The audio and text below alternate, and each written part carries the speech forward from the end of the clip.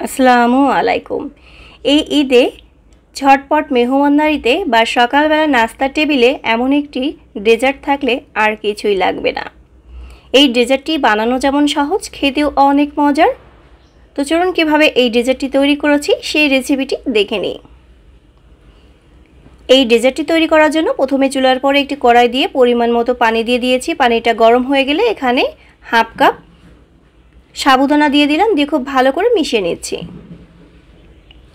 সাবুদানাটা যখন অর্ধেকটা সিদ্ধ হয়ে যাবে তখন এখানে আমি 1/3 কাপ মোটা নুডলস দিয়ে দিচ্ছি, দিয়ে খুব ভালো করে মিশিয়ে নিচ্ছি। এখন নুডলস আর এই সাবুদানাটা ভালো করে সিদ্ধ করে নেব। তো এই সাবুদানা আর নুডলসটা কিন্তু 90% সিদ্ধ হয়ে গিয়েছে। এখন এটা নামিয়ে আমি ঠান্ডা পানি দিয়ে ধুয়ে নেব, দিয়ে এক সাইডে রেখে দেব। এদিকে চুলার পরে আবারও কড়াই দিয়ে 2 কাপ দুধ দিয়ে দিয়েছি, তারপরে দিয়ে দিচ্ছি 1/3 কাপ চিনি। চিনিটা আপনাদের স্বাদ অনুযায়ী কম বেশ করে দিয়ে নেবেন। দিয়ে দিলাম 1 টেবিল চামচ গুঁড়া দুধ। সব কিছু খুব ভালো করে মিশিয়ে নিচ্ছি। এখন এখানে আমি 1 চিমটি লবণ দিয়ে দেব। মিষ্টি জিনিসে একটু লবণ হলে খেতে বেশ ভালো লাগে। আবারও খুব ভালো করে মিশিয়ে নিচ্ছি। দুধটাকে আমি 2 থেকে 3 মিনিট জাল করে নিয়েছি। এখন এই দুধটাকে আমি নামিয়ে ঠান্ডা করে তারপরে নরমাল ফ্রিজে রেখে দেব বেশ কিছুক্ষণ। দুধটা আমি ঠান্ডা করে নরমাল ফ্রিজে 30 মিনিটের জন্য রেখে দিয়েছিলাম, তারপরে বের করে নিয়েছি। এখন এর ভিতরে সেই সাবুদানা আর নুডলসটা দিয়ে দিচ্ছি, দিয়ে আবারও খুব ভালো করে মিশিয়ে নেব। ঈদের দিন ঝটপট এমন ডেজার্ট ঠান্ডা ঠান্ডা খেতে কিন্তু খুবই মজা লাগবে। অবশ্যই আপনারা ঈদের দিন এরকম একটি ডেজার্ট রাখতে পারেন।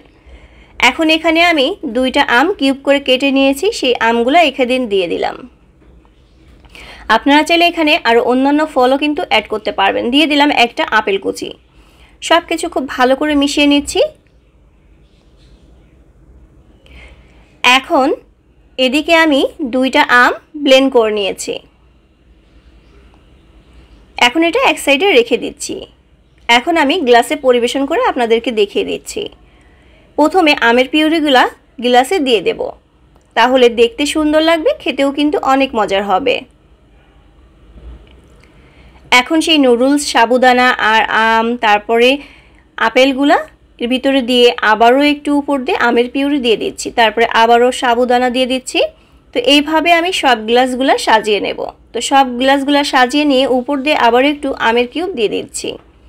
তৈরি হয়ে গেল ঝটপট মজাদার সাবুদানার ডেজার্ট।